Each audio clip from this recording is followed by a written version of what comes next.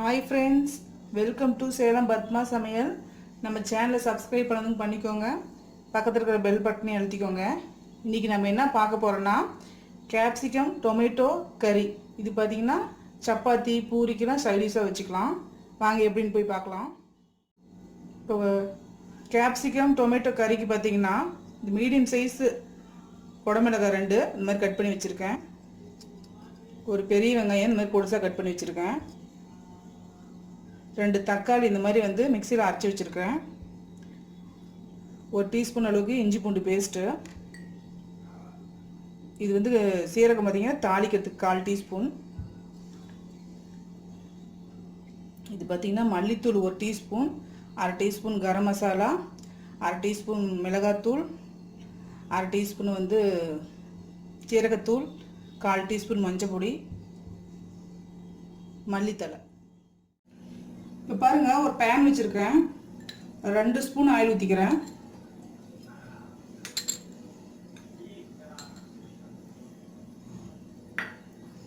ஜீரகம் போட்டுக்கிறேன்.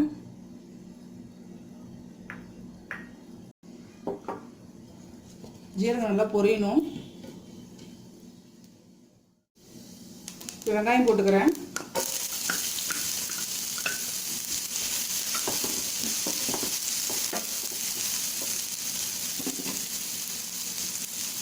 கொஞ்சமாக உப்பு போடுறேன். வெங்காயம் வதங்க.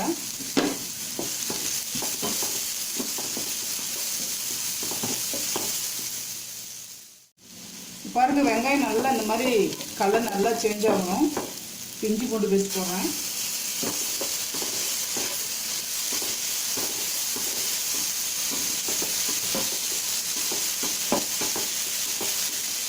இது பச்சை வாசனை போகணும். இப்போ நான் ட்ரை பவுடர்லாம் போடுறேன்.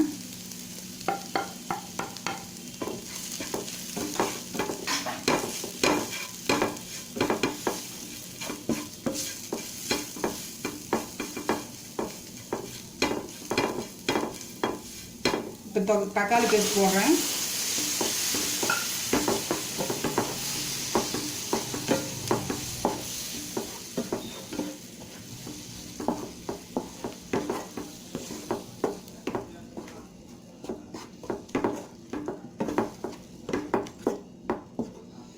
இந்த தக்காளி ஒரு 5 நிமிஷம் நல்லா கொதிக்கணும். இப்போ நான் லைட்டாக தண்ணி ஊற்றிக்கிறேன். இதை மூடி ஒரு 5 நிமிஷம் வேக விட்டுக்கலாம். ஓப்பன் பண்ணி பார்க்கலாம். இப்போ தக்காளி நல்லா பச்சை வாசனை போய் வதங்கிடுச்சு.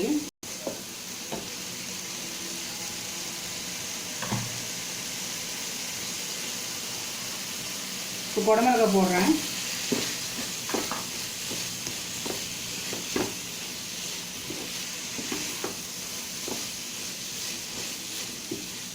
இது 2 நிமிஷம் வதங்கணும்.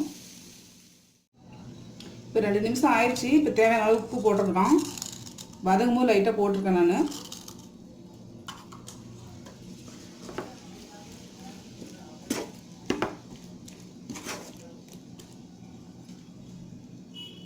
இப்போ தண்ணி கொஞ்சம் ஆட் பண்ணிக்கிறேன்.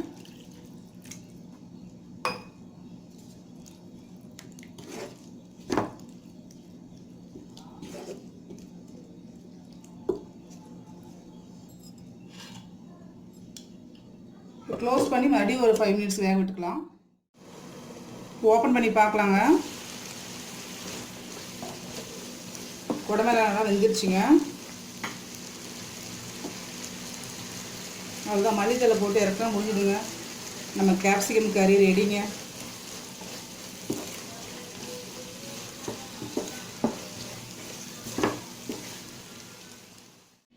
இப்போ பாருங்கள், நம்ம செஞ்ச கேப்சிகம் டொமேட்டோ கறி ரெடி ஆயிடுச்சுங்க. இது நல்லா டேஸ்ட்டாக இருக்கும், கொஞ்சம் ஹெல்த்தியாகவும் இருக்கும். இந்த வீடியோ உங்களுக்கு பிடிச்சிருந்தா லைக் பண்ணுங்கள், ஷேர் பண்ணுங்கள், கமெண்ட் பண்ணுங்கள்.